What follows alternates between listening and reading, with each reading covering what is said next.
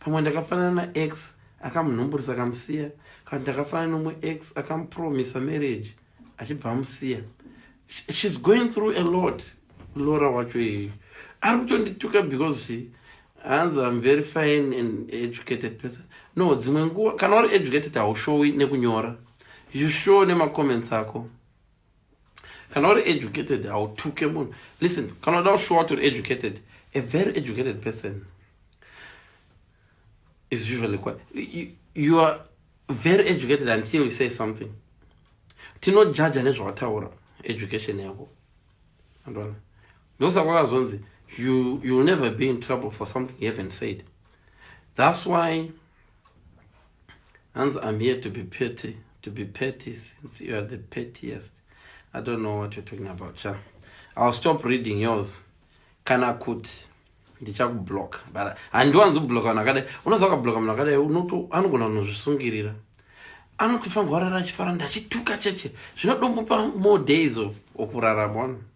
But munhu chachonzi fidza achitombo chechimwa Coca-Cola chidla necarrot zvazvokukuradza kuti ini ndakaguta life.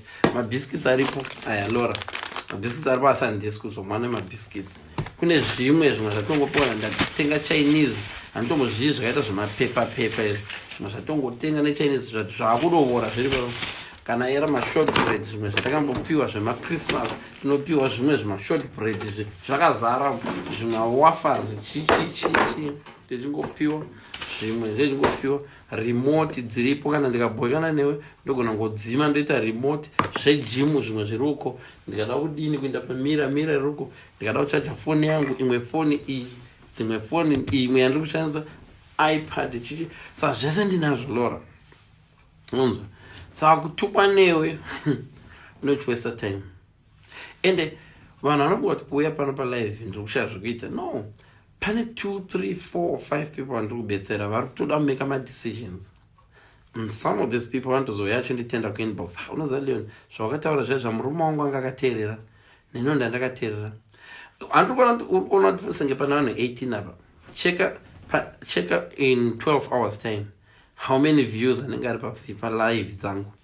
Inenge ane 1000, 2000, 4000. Pane vanhu vanenge vakateerera, vamwe vari private, vamwe vari dini. These are lectures. Some lecturers are actually using my videos to teach my lecturers. Lecture. Anzi, you are completed the views, that unnecessary drama you create. You are completed from. Your English is so bad. Right, guys, tata papi. So age difference. You're not gonna be better for a while, but my disadvantage is age difference. Kune yandataura physically, memsingachakemani.